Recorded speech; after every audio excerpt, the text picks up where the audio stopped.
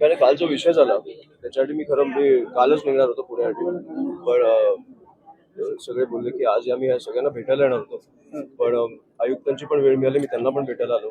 माझं म्हणणं आहे की हे जे इतर पक्ष असतील आमच्या कामांमध्ये अडथळे टाकतात, हे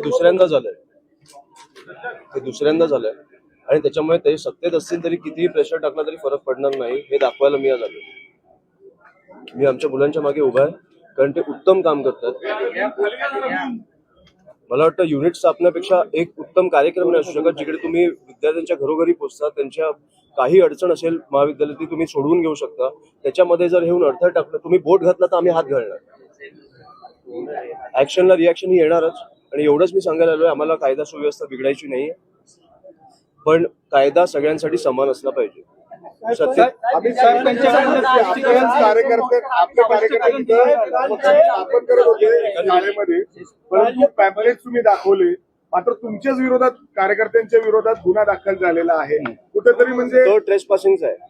आणि कारण आम्ही मी ज्यांच्याशी बोलतो ना त्यांच्याशी बघून बोलू शकतो.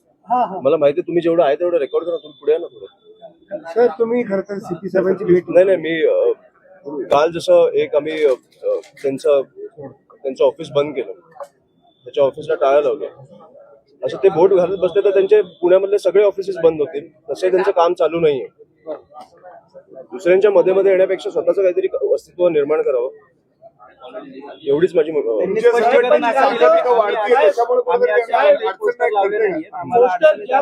मी आज सीपी साहेबांना बोललो, सीसीटीव्ही आहेत आपल्याकडे, ते मुलं कोणात बघू, ते जर त्यांची निघाली तर मला वाटतं सगळे ऑफिसेस त्यांचे बंद करावे लागतील.